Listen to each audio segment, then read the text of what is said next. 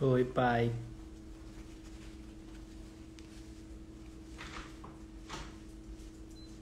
Olá, pessoal, tudo bom? Sejam bem-vindos à live. Só começando aqui. Vamos já começar de fato. Começou. Eita. Sejam todos bem-vindos. Hoje o tema da nossa live vai ser falando sobre impostos, tributação, como é que funciona o regime fiscal aqui nos Estados Unidos. Vejo muita gente com dúvidas sobre isso. Então hoje a gente vai ter aqui a Thalita participando com a gente. Já mandei aqui um WhatsApp para ela avisando que já estamos online. Só esperando ela chegar aqui para participar conosco. E vai ser bem legal hoje esse assunto. E para quem não sabe, nós estamos fazendo uma maratona chamada Desvendando a América, toda quarta-feira, 6 da noite, aqui de Orlando, da Flórida. Vamos estar trazendo diversos temas para vocês. Hoje vamos estar falando de impostos, vamos estar falando também, não sei se é a próxima quarta-feira, depois eu posso passar para vocês as datas, mas vamos estar falando sobre planos de saúde, seguro de saúde, como funciona o sistema de saúde dos Estados Unidos, vamos estar falando sobre investimento em real estate, como você pode comprar sua casa aqui nos Estados Unidos, quais são os tipos de financiamentos que tem aqui nos Estados Unidos para o estrangeiro, Acho que a Thalita chegou aqui, deixa eu ver aqui, sei lá. Está aí ela. Tudo bom, Thalita? Boa tarde, tudo bem? Boa tarde, seja bem-vinda. Obrigada. Estava falando aqui com o pessoal, falando que hoje estaremos trazendo as explicações sobre como funciona o sistema tributário daqui dos Estados Unidos e tirando diversas dúvidas para eles sobre esse aspecto. E explicando, no geral, como está funcionando esse programa que a gente criou, que é Desvendando a América, que toda semana a gente traz um assunto que foi selecionado por eles, pelos espectadores, trazendo sobre curiosidades e mal entendimento para eles conhecerem mais sobre a América, para que as pessoas que planejam vir ou têm uma ideia futura de vir para cá ou apenas investir na moeda do dólar, investir aqui nos Estados Unidos, a gente está trazendo esse conhecimento para eles. Eu preparei algumas perguntas para você, Thalita, para a gente guiar a nossa live, ficar de forma mais fácil. E no finalzinho a gente abre e recebe perguntas de vocês. Seja bem-vinda, Bruna. Primeira pergunta para você. Primeiro, para você se apresentar. Quem é a Thalita? Como chegou? Como veio morar nos Estados Unidos? Como chegou nessa profissão de contabilidade? E se formou nesse sucesso que é você hoje? Gente, desculpa, eu não tenho suporte pro meu telefone, ele fica meio que tremendo. Eu cheguei nos Estados Unidos fazem 24 anos que eu estou aqui e eu comecei a fazer imposto porque eu fui fazer o meu imposto, eu tinha acabado de passar por um divórcio, eu fui fazer o meu imposto e a pessoa onde eu fui me deu um absurdo para pagar e não fazia sentido na minha cabeça aqueles números que ele me passou. E naquela época você ia no correio, tinha todos os formulários de imposto de renda, assim, eles ficavam em cima do balcão, você pegava e ia lendo as instruções de um por um para ver o que você precisava fazer. Fui lá, peguei aquele monte de livrinho, fiz o estudo dos impostos, voltei nessa mesma empresa onde eu tinha feito, conversei com o gerente, ele falou, não, realmente você está certo, você não tem que pagar, você tem para receber. Aí, a partir dali, eu tomei gosto por imposto de renda e comecei a fazer imposto. Comecei trabalhando de casa em 2004 e hoje a gente está onde a gente está, fazendo mais de 1.700 impostos por ano. Mais de 1.700 impostos por ano. E o cliente mais antigo tem quanto tempo com vocês? Desde 2004. Desde 2004. Então vão ser 17 anos. O serviço é bom. O cliente marca ter fidelidade do cliente dessa forma. Por isso que você foi a escolhida.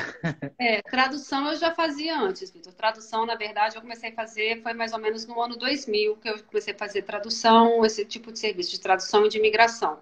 Mas imposto de renda mesmo foi a partir de 2004. E, em média, os meus clientes que estão comigo, a maioria deles tem mais de 10 anos. Entendi. E uma pergunta que muitas pessoas me fazem aqui. Quando é que ela se torna obrigatória, tem a obrigatoriedade de fazer a declaração dela de imposto federal? Muitas pessoas dizem, se você estiver em solo americano por mais de tantos dias, você é obrigado. Tem gente que diz que não, só se você tiver seu green card. Então, como é que seria isso? Quando é que existe essa obrigação realmente para a pessoa fazer sua declaração? Sim, existe obrigação. A pessoa, quando ela recebe no W2, que é aquele trabalho que a pessoa é fechada, tá?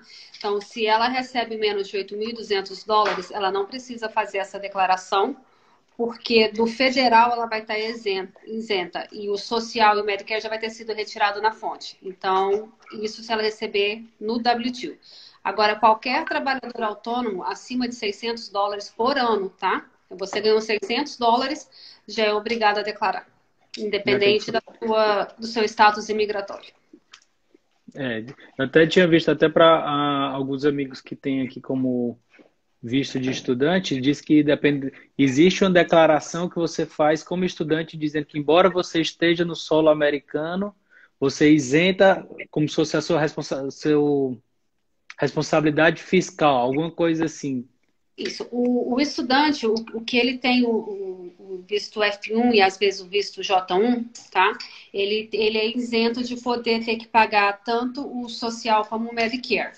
Então, nessa situação, ele não precisaria fazer a declaração se ela for menos desses 8.250. O que é acima de 8.250, paga, mas não paga o social e Medicare, mas paga o federal e dependendo do estado onde a pessoa residir, faz o imposto estadual também.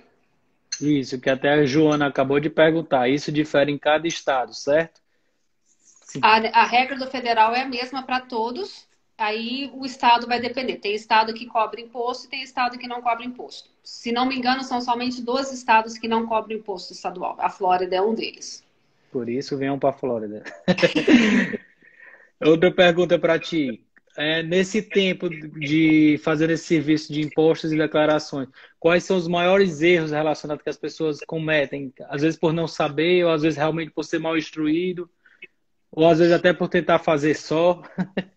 Eu acho que o maior erro é a pessoa achar que não precisa declarar, porque no Brasil você tem um limite que você é isento, né?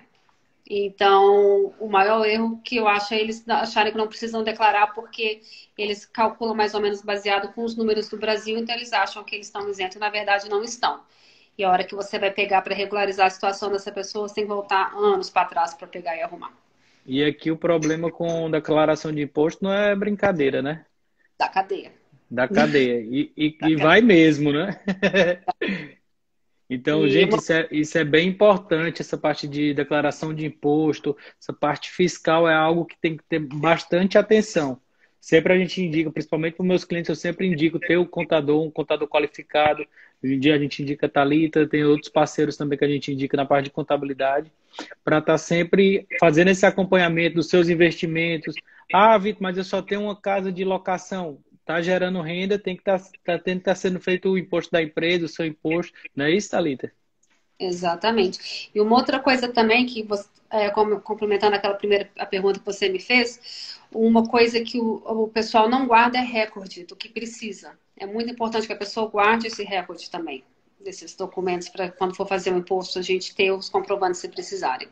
Quais seriam assim, as contas ou as despesas mais importantes que eles têm? Assim, essa é indispensável, tem que ter os recordes, tem que ter a memória disso.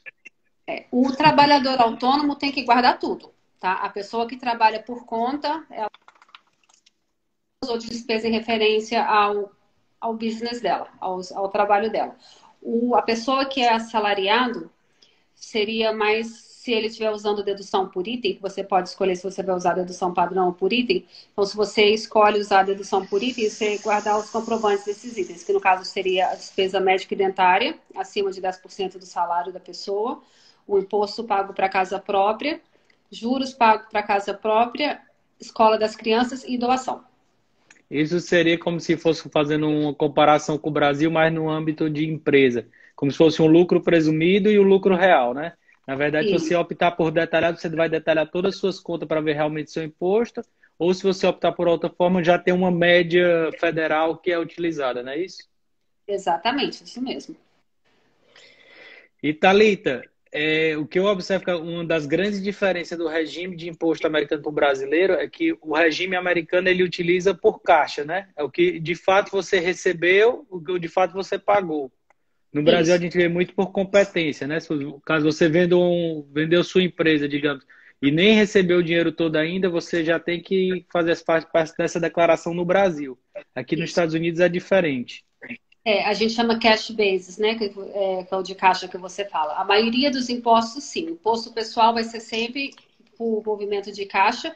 Tem algumas empresas, dependendo do tamanho, do porte da empresa, ele vai fazer de acordo com esse termo que você acabou de falar, que eu não lembro dele em português. Competência. De competência. Que aqui a gente Mas fala o, que é mas, quilométrico. mas o seu pessoal você sempre usa por regime de caixa. Sempre é pelo que você Sempre, pagou e o que recebeu. sempre. Que movimentou na conta, né? O que entrou e o que saiu, naqueles 12 meses. E E aqui eu... o imposto também, desculpa, Vitor, só enquanto Não, eu tô pode lembrando, falar.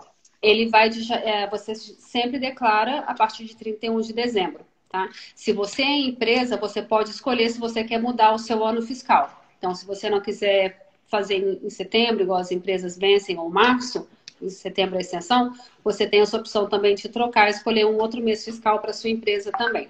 O que eu não recomendo fazer, mas existe essa possibilidade também. Entendi. E outra pergunta que eu te faço, agora já entrando mais no âmbito de investimento e do que reflete ter uma boa declaração feita, né?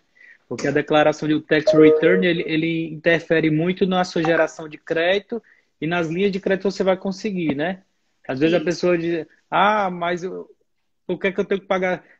Qual vantagem de estar pagando imposto? Às vezes as pessoas não querem pagar o imposto, mas isso reflete em outros benefícios que elas podem ter com um imposto bem feito, né? Com valor considerável no seu tax return.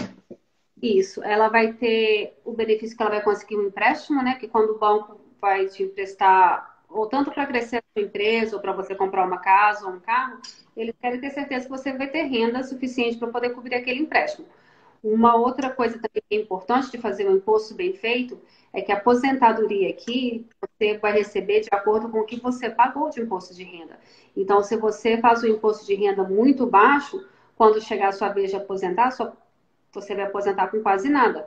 Eu comecei a fazer imposto em 2004 e eu tenho clientes que já começaram a fazer imposto comigo, eles já tinham uma idade, mas já estavam na faixa de 40, 50 anos. O pessoal já está com a faixa de 60, 70 se aposentando. E como eles não tiveram essa orientação no princípio da vida tributária deles, quando eles começaram a pagar esse imposto, a gente está vendo muito brasileiro aposentando, ganhando 500, 700 dólares só por mês, porque eles eram autônomos, abatiam coisa em excesso no imposto, e hoje a aposentadoria deles está sendo muito prejudicada por causa disso. Uma pergunta fugindo do tema aí, já que tu falou da aposentadoria. Com quantos anos de declaração de imposto, como é que é contado aqui para fazer a aposentadoria? Sim, você tem que ter pelo menos 40 quarters de declaração, né, que são equivalentes a mais ou menos 10 anos de imposto, e aí. Então, se você não tem a idade mas se você fica inválido por algum motivo, você pode se aposentar por invalidez. Ou se você tem a idade, mas não tem esses 10 anos pagos, você não se aposenta. Você tem que ter a idade e os 10 anos pagos. Mas esses 10 anos, tipo assim, se a pessoa trabalhou 10 anos no começo da vida e parou, até o final já vale esses 10 anos ou não? Tem que ser consecutivo? Não vale. Não precisa ser consecutivo, não. Interessante, só um momento de curiosidade. Outra parte aqui, agora vamos ver. Hoje, por exemplo, numa operação de compra e venda de uma casa, essa pergunta aqui foi de outros clientes de investimento que me passaram também, eu selecionei. Na operação de compra e venda de uma casa, esse lucro oferido nessa operação, como é que ele é taxado? Ele entra como se fosse junto na renda total da pessoa ou é taxado de forma diferente? Ele entra como ganhos capitais, né? Ele vai pagar o imposto de ganhos capitais e vai pagar também uma parte do pessoal dele também como renda. Mas ele soma no total, ele entra no income total, ele somado na renda? Ele entra no income total, mas uma parte vai para ganhos capitais e uma parte vai para o pessoal.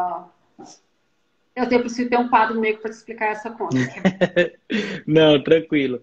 É E ganhos nessa, pessoal dele. e nessa venda da casa, ele consegue abater o custo da compra da casa, todas as benfeitorias feitas de manutenção e upgrades da casa, né? Como também todos os custos que tem relativo ao fechamento, os closing costs. comissão de corretor, taxas de registro de cartório, todas essas partes. Isso. Se ele residiu na casa, se ele morou nessa casa que ele está vendendo, ele pode abater toda a melhoria durante esses anos todos que ele teve na casa, igualzinho você falou. Se ele alugou a casa e ele já usou essas sessões durante o período que ele estava alugando essa casa, aí ele não vai poder usar essa melhoria de novo, não. Ele vai poder usar só uma vez. Ou então, um imóvel de aluguel.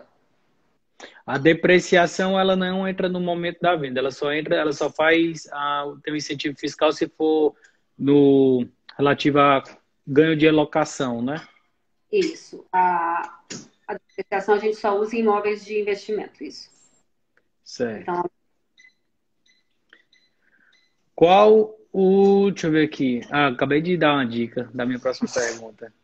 Qual era o segredo contar? Porque muitas pessoas, grandes riquezas, os grandes milionários, pessoas ricas, optam por ter investimento no setor de imobiliário, no setor de locação. Por que buscam tanto isso? Tem um segredo fiscal por aí. depreciação. Esse é o segredo, depreciação, porque ela é uma despesa que existe somente no papel e não no seu bolso. Você não vai estar pagando imposto na valorização da casa, né? E você vai ter a depreciação, que é uma despesa que existe só no papel, que você deixa de pagar imposto em cima daquele dinheiro que você está usando a depreciação como despesa. Então, em outras palavras, quer dizer que a renda que eu tenho por aluguel, ela é praticamente uma renda limpa. Eu não vou estar pagando imposto sobre essa renda. Isso. É isso? Você vai tirar a depreciação e as outras despesas, vai sobrar pouca coisa, sim. Os primeiros 27. Os primeiros 27 mil. Porque contabilmente, dependendo do aluguel dessa casa, do valor do aluguel dessa casa e do valor da casa por conta da depreciação, a depreciação a gente pega o valor da casa e divide por 27 anos. Não é isso? Então, esse valor ele é usado para abater do lucro da receita que você está tendo para pagamento do imposto federal. Federal e os outros impostos, né? Federal e estadual, né? Então, a operação de forma contábil, ela se torna negativa para o pagamento de imposto, mas de forma real você está tendo rendimento. Então, por isso que muitas pessoas optam por fazer investimento em casas de locação. Na verdade, não apenas em casa, mas pontos comerciais para locação também entra. Só que o ponto comercial, o tempo de depreciação é maior. 35, se eu não me engano? 35, é. Isso. E uma outra coisa que eu ia falar em referente à renda do imóvel é que com a renda do aluguel você não paga social e Medicare, então você não está pagando imposto trabalhista. Então só ali você usou 12% de imposto, praticamente. Mas ela não conta a aposentadoria, né? Então a sua aposentadoria é o aluguel que você vai ter essa casa quando você estiver mais velho. Vai ter que fazer o plano de aposentadoria com os imóveis. Exatamente. E você deixa de pagar imposto nesse dinheiro. Quem é trabalhador autônomo sabe, tanto que o imposto trabalhista pesa no bolso. Isso. E vamos para a próxima pergunta aqui. Quais as dicas que você daria para quem está no seu primeiro ano fiscal? Já deu uma dica aí de guardar todos os recordes. Até uma pessoa perguntou aqui se, por exemplo, compra de supermercado, ela tem que guardar o recibozinho. Ó. Não. Se você é assalariado, se você está trabalhando para alguém com salário com os impostos descontados na fonte, tá? O que você vai poder abater no seu imposto? O governo ele te dá uma dedução padrão e ele te dá a dedução por item. Então, o seu contador vai usar a que for maior. A única coisa que entra no por item, se você é assalariado, seria despesa médica e dentária acima de 10% da sua renda, tá? Juros pagos para casa própria, imposto pago para casa própria, para carros, barcos, jet ski, esse tipo de coisa. Se você paga imposto estadual, metade desse imposto estadual você abate também. E doações. São praticamente só esses itens que você pode abater, com algumas exceções. Então, isso se você é assalariado. Se você é autônomo, você vai poder abater as despesas do seu lado pessoal, essas mesmas que eu falei, e no seu business você vai poder abater tudo que é relacionado ao seu gasto de trabalho. Você tem que ver o imposto de renda como um patrão. Se você trabalha para mim, você sai para almoçar, eu vou pagar o seu almoço, Vitor? Não vou. Então, você não vai abater esse dinheiro no seu imposto. Ok? Aí começou errado. O supermercado, se você é autônomo, ele Ele não vai entrar. Ele só vai entrar se você tiver um restaurante, né? Você tem um restaurante, você for ao supermercado comprar coisas para cozinhar, tudo. Mas no meu caso, eu saindo com o meu cliente, pago o almoço dele, posso abater. Com a despesa comercial, não? Não. Podia. Então, Antes corta o almoço dos clientes. A partir de hoje, a culpada é a Thalita, gente. Antes de 2018 podia, mas aí o presidente Trump mudou e tirou isso, tá? Você não pode mais cliente. Porém, o presidente Biden já deixou você abater com funcionário. Então, está se debatendo se com o cliente vai voltar ou não, mas no momento você pode abater refeição só com funcionário. Com o cliente você não pode mais não. Entendi. E outra pergunta que estamos fazendo aqui, tem duas. Uma é pergunta, eu trago, uma pessoa que mandou, eu trago alguns recursos do Brasil para me manter aqui nos Estados Unidos. Eu preciso declarar essa entrada de recurso aqui nos Estados Unidos? Vai depender do seu status. Você é portador de green card, você é cidadão, você tem que reportar a renda que você tem. Não quer dizer que o tributado ele tem que reportar. Você tem que reportar a sua renda e você tem que reportar também qualquer conta que você tem no exterior com saldo acima de $10 em algum dia. Tá? Em algum dia do ano. Em algum dia do ano. Se você não tem green card, não é cidadão, você não precisa reportar a sua renda do exterior, não. Certo. Tu respondeu mais ou menos a outra pergunta. A pessoa perguntou, tenho que declarar minhas coisas do Brasil nos Estados Unidos e vice-versa? Entra exatamente isso aí que tu está explicando. Se já tiver green card, e se a pessoa tiver no processo, que hoje a gente conhece muitas pessoas que estão no processo do EB2, que tem autorização, tem tudo, mas ainda não tem o green card. Essas pessoas elas têm que fazer a declaração ou apenas quando tem um green card? A declaração não. Declarar o que tem no Brasil. A declaração tem que ser feita, né? Ela faz a declaração só com a renda aqui, não precisa declarar no Brasil. O dia que ela se tornar residente, ou tiver green card, ela precisa declarar. E se a pessoa também, a pessoa mora aqui e não mora lá, tem um teste de presença que você faz também, que em vários casos a pessoa não precisa nem declarar. Então, vai depender muito do valor que a pessoa ganha, quantos dias ela ficou aqui. Então, a gente tem que fazer uma série de perguntas para saber se a pessoa realmente tem que declarar essa renda ou não. Mas a conta do banco, independente de quantos dias você está aqui ou não, você precisa declarar qualquer conta com saldo acima de $10.000. Entendi. Pessoal, as perguntas que eu tinha aqui, a gente já fez praticamente todas. Se vocês tiverem alguma pergunta hoje relacionada à parte de impostos e tributação, da parte fiscal, a gente vai estar resolvendo. Eu vi que tem algumas outras perguntas aqui de outros temas. Como eu estava falando, a gente está fazendo esse evento que chama Desvendando a América. Estou trazendo vários temas para a gente apresentar dia de quarta-feira, às 6 da noite aqui da Flórida. Vamos ter temas falando sobre investimento, sobre aluguel, sobre plano de saúde, hoje sobre contabilidade.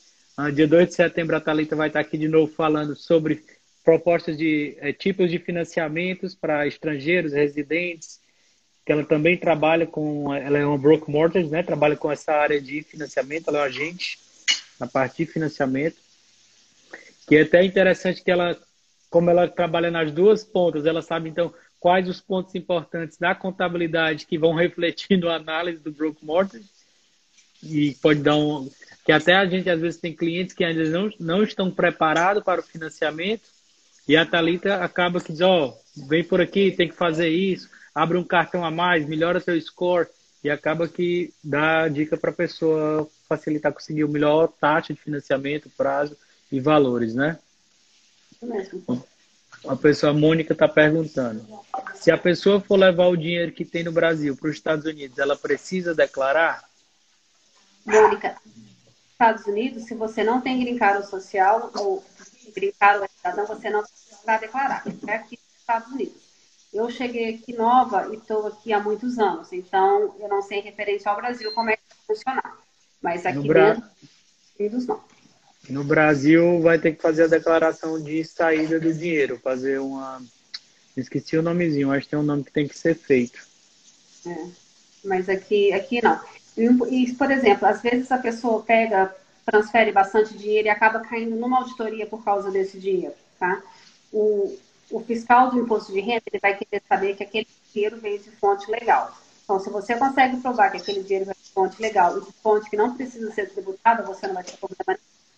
Agora, você precisa comprovar que esse dinheiro chegou para você legalmente, porque o dinheiro que você não é lavagem de dinheiro. Você não está... eles querem ter certeza que você não está trazendo dinheiro de tráfico de droga, ou de... Às vezes Eles batem muito pesado nisso aqui nos Estados Unidos, né? Tem um controle exatamente, bem rigoroso. a origem legal do dinheiro. Se foi uma herança que você ganhou no Brasil, se foi uma poupança que você tinha para trás, não tem problema nenhum. Conseguir provar a origem legal dele. E do Brasil, se eu não me engano, qualquer valor acima, se eu não me engano, são 10 mil reais que você sair do país, você tem que fazer essa declaração, sim, informando que você está saindo com mais de 10 mil reais de espécie ou como você for, né? Trazer o dinheiro. Senão pode ser enquadrado como evasão de divisa, dependendo do valor que você estiver trazendo, pode realmente dar problema. Então tem que estar atento a isso aí também. E aqui, toda vez que você carrega com você, ou se você faz alguma transação com dólares, e a pessoa que está recebendo transferência, tirado lavagem de dinheiro. Então, tem muito passamento de e vai mandando cash, a hora que Eu não sei se para todo mundo, mas para mim o teu áudio picotou. Eu fiquei escutando pausado.